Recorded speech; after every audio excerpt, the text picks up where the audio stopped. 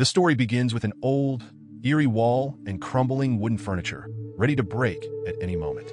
A bug suddenly scuttles in through the ventilator, and bam, it's crushed instantly by a boy's swift hand.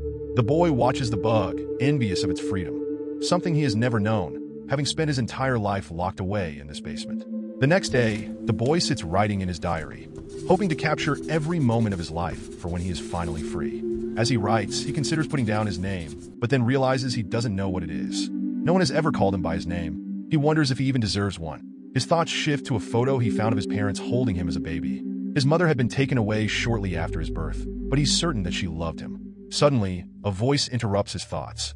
It's an old man, creepy and unsettling, telling him that his mother is dead. The boy, confused, asks, "What do you mean?"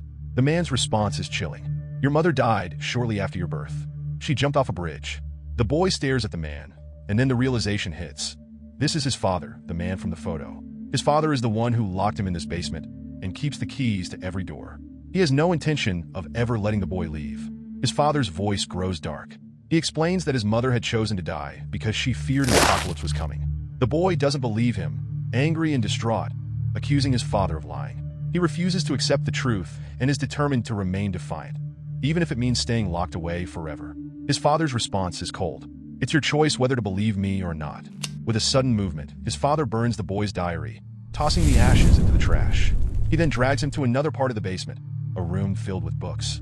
The boy is allowed to read in his free time, but it's a small comfort in his otherwise isolated world. As he flips through the pages, he finds solace in imagining the outside world, wondering what sunlight feels like on his skin for the first time. But his reverie is interrupted as his father kicks him away and takes the book from his hands, locking him back into his room. Later, we see the boy forced to exercise, doing push-ups under the weight of heavy weights. His father demands perfection, but even when the boy pushes himself to the limit, it's never enough. His father isn't satisfied. With a cruel shove, the boy tumbles into a broken mirror. In the reflection, the boy sees an opportunity. He grabs a shard of glass, intending to strike. This time he thinks it will work, but his father, ever watchful, anticipates the move. With one swift kick, he sends the boy sprawling, knocking him unconscious. When the boy regains consciousness, his father stands over him, his voice as cold as ever. "You must use your bare hands to kill me, not weapons. That's why I train you so hard." The boy's punishment is severe. For using the mirror as a weapon, he now has to train twice as hard. But despite the pain, the boy doesn't back down. He endures. Exhausted, he falls asleep, knowing tomorrow will bring more suffering, but also the hope that one day he will break free. The next day, his father received a phone call and told him not to call again unless it was absolutely urgent. After listening to the call, he destroyed the phone and broke down in sobs. When the boy woke up, he found himself tied to a chair. Desperate, he tried to break free from the ropes, but his father's voice rang out, commanding him to stop. Terrified, the boy reminded his father that he had warned him his training would be twice as difficult from now on. But to his shock, his father replied coldly, saying there would be no more training from that moment on. Fear gripped the boy as he struggled to free himself. Seeing this, his father's anger erupted, and he punched the boy so hard that he, along with the chair, flew across the room. Once the boy managed to break the ropes, he struggled to stand, only to see his father ready to strike again. But this time, something in his father's eyes stopped him. There was a deep sadness in them. Before he could react, the boy was hit again, and this time, he lost consciousness. When the boy came to, he found himself sitting in a classroom. His father was teaching him the first rule of surviving the apocalypse: never leave the basement. The basement, his father explained, was the safest place on Earth, filled with defense mechanisms that could last over 126 years. It was stocked with enough food to survive for decades.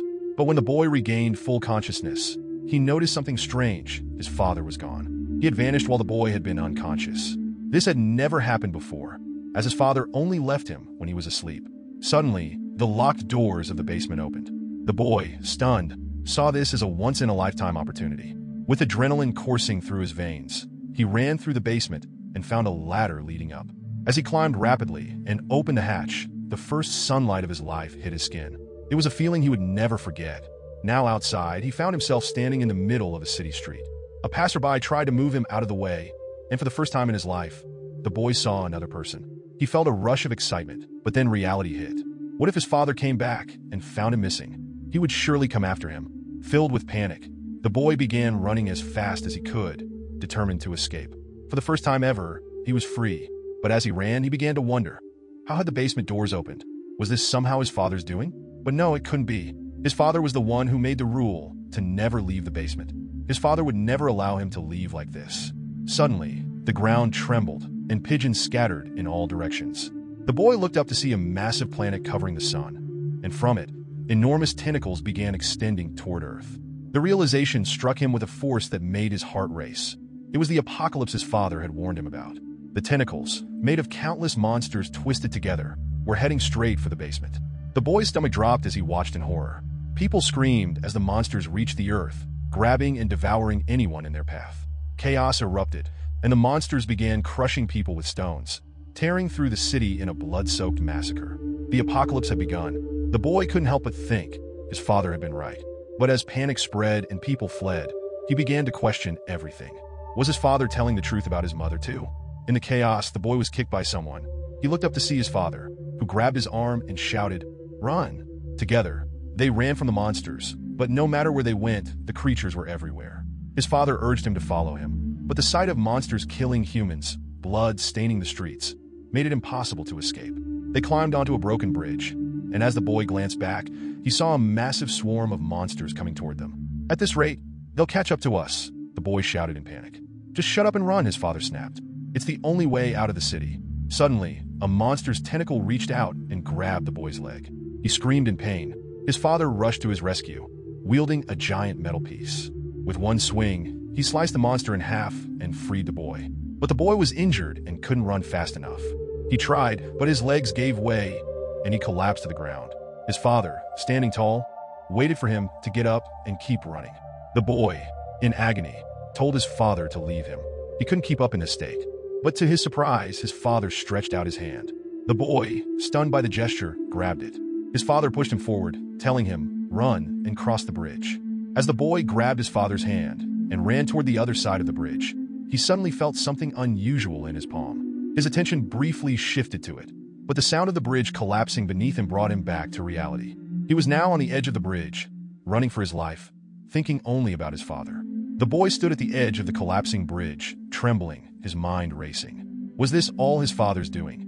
The same father who had tortured him for so long? He fell to the ground, overwhelmed by the weight of his thoughts.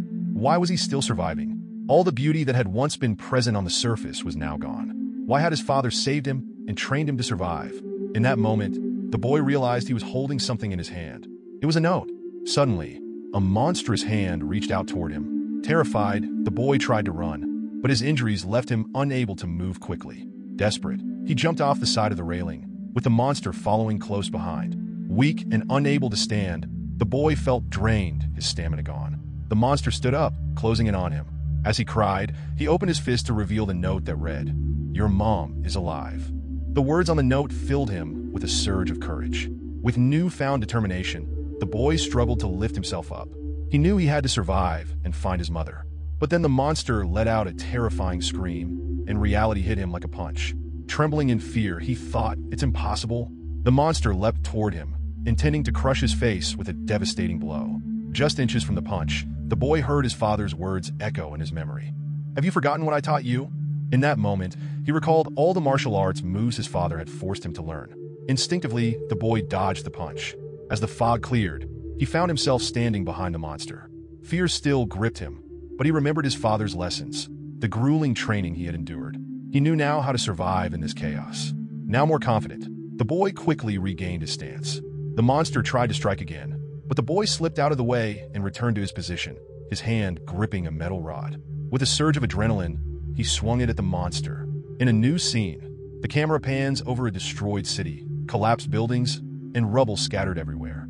A group of survivors huddles together in one of the buildings, searching desperately for food, but their efforts are in vain. Among them is a young girl, also hungry and determined to find something to eat. She checks an area and finds two people who have managed to find some food. When the young girl asks if they can share the food with everyone, they refuse, mocking her and devouring all the food themselves.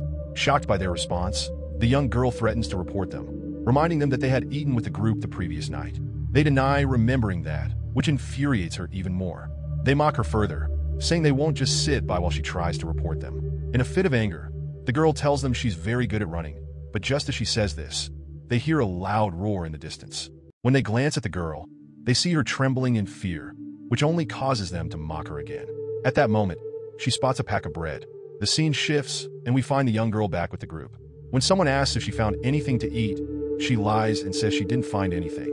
In the blink of an eye, a monster appears and devours the person she was talking to. The poor man cries out for help, but the young girl, in fear, runs away.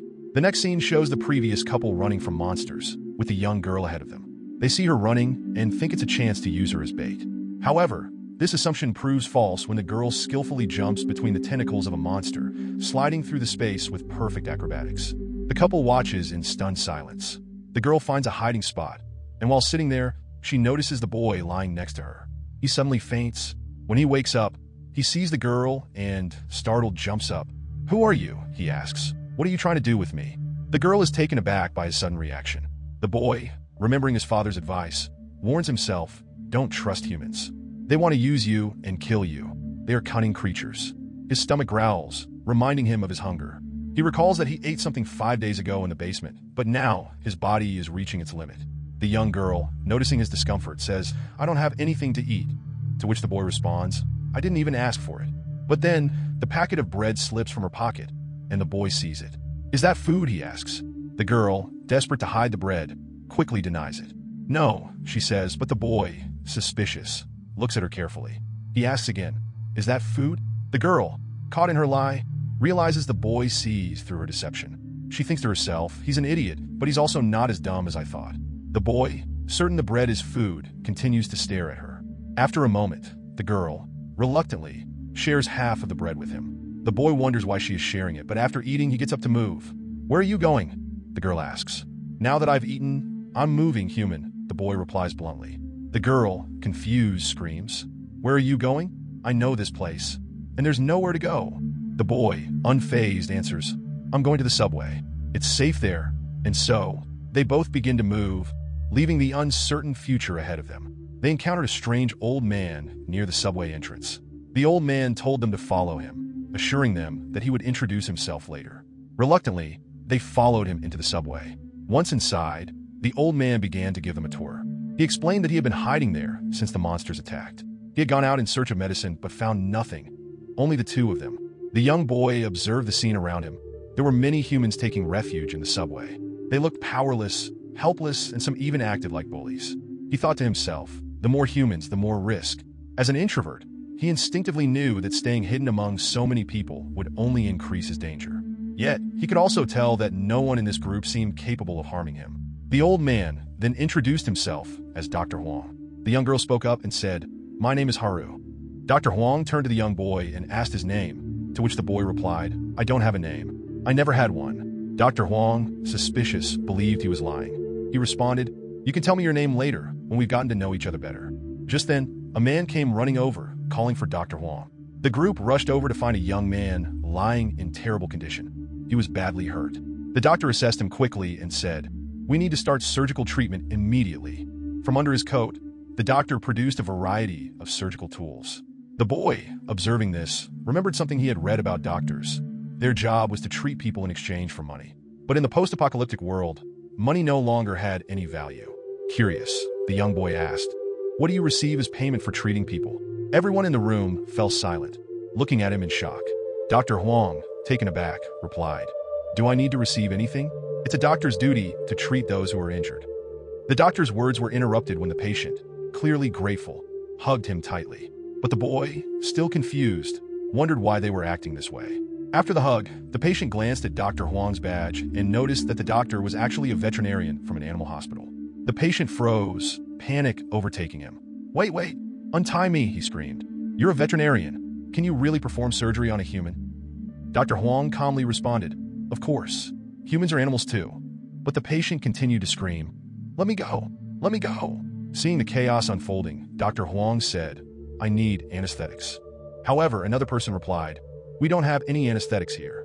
Dr. Huang scanned the area, and his eyes landed on a brick lying nearby. Without hesitation, he picked it up and struck the patient over the head with it. Well, I guess bricks work as anesthesia too.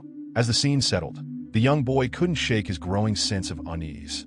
He had been wrong about humans. He now realized that they were dangerous indeed. While this is the first part of the story, if you want second part, please let me know in the comment section. And this is my first try to make this kind of videos. I hope you will like it.